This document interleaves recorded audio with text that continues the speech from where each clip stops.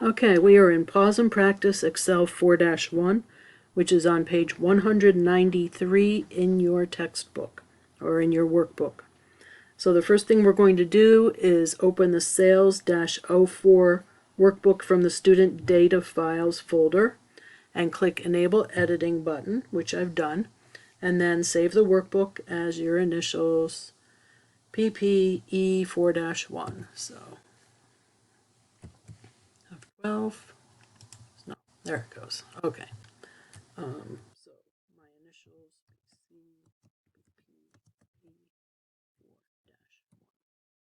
CPE4-1. All right. Now we're going to import data from a text file. So select cell A3 right here, the From Text button. So we go to the Data tab, Get External Data group on the From Text button. All right, and then we select the import file -04.txt file. And you know that it's a text document. Like there's different things here, like this one, it has an X on it for Excel. And you can see over here where it says type, it's Excel. If I drag this out a little bit, you can see it better.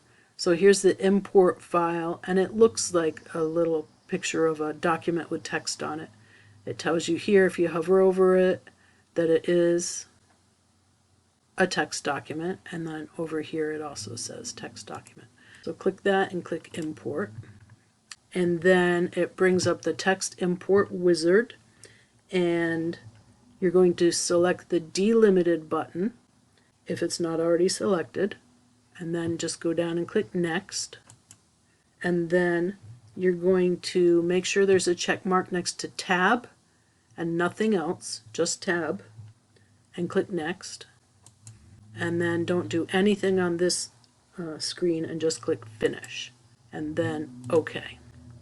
And it brings your text in, and what it did was it automatically knew to split it up in this way among the columns. All right, now you're going to insert some more text. So you're going to go to A17 right here, and now you have to import text from Word. So you're going to open Word. All right, and then you're going to open Other Documents, Computer, and you're going to go to your Chapter 4 Excel Student Data Files. And then you'll see that there are 2 Word documents in your Excel student data files, and you want the one that is named Import Word-04.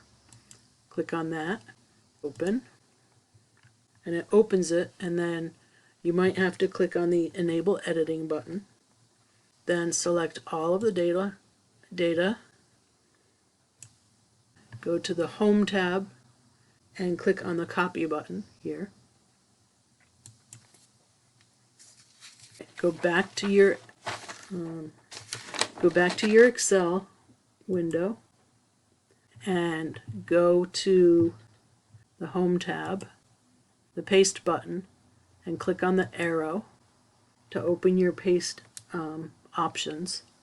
And you're going to choose Match Destination Formatting. So if we look here, this one is Keep Source Formatting, and this one is Match Destination Formatting. So click that. Then we need to select cells D3 to E26. So D3, E26. So both of those columns all the way down. And then we're going to apply the currency number format with 0 decimals. So go to your number launcher, currency, and where it says decimal places, change it to 0, and then click OK. All right, now you see all these little hashtags came up. And that is because the columns are not wide enough for the new formatting.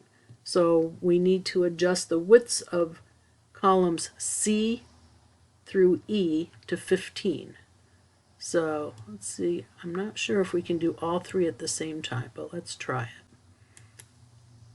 column width, we need to change it to 15. 15. And it did. It changed all three of them at the same time, and we can be sure just by checking them. Good. All right, so now you can see all the numbers. All right, so why don't you pause the video and go ahead and do all of these, I guess, because I forgot to have you pause. But that's steps 1 through 4. And then you can come back to the video. Okay, so now you're back at the video, and you're going to create an email address column using flash fill. So first you need to insert a new column between columns A and B. So here's A and here's B.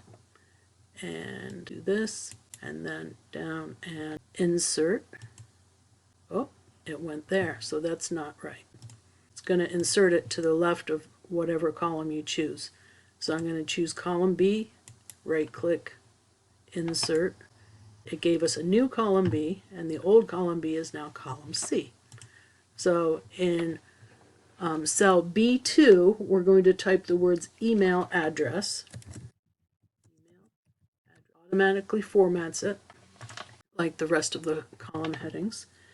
And we're going to increase the width of the email address column to 37. So click on that, column width, and change it. It's nice and wide for the email address to fit. And in B3, we're going to put in Christopher Bowman's email address, which is christopher.bowman@somewhere.com. So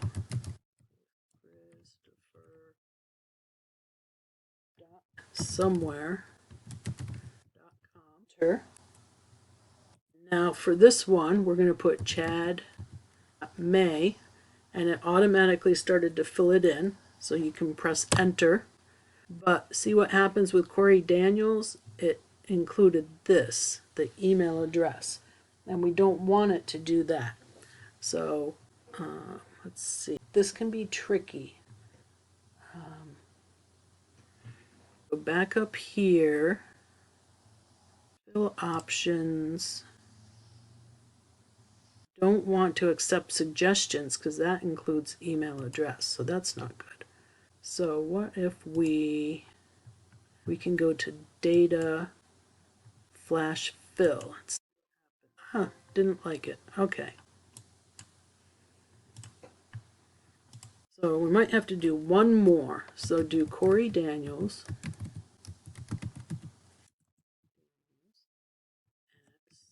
All right, and for some reason, I don't know why it does that, where it put like the top one in there.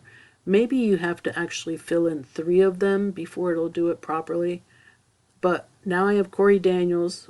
Corey, take on Corey, because it's supposed to be a dot. Okay, so there we have Corey Daniels at somewhere. And everybody else seems to be okay. Just take a look through there, though, just to make sure. And this one, Ari Aronson, I'm not sure if... Yeah, see, that one doesn't have... oh, no, there's the period. Okay.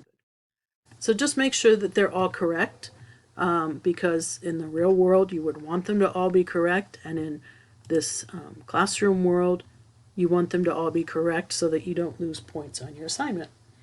All right, just in case the flash fill options hadn't come up, we can also go here to data and flash fill. All right, so that's it. Save and close your workbook, close your Word document, and then come tell me that you have watched this entire video and done the lesson, and I will give you a little prize. Mostly because you actually watched the video all the way to the end.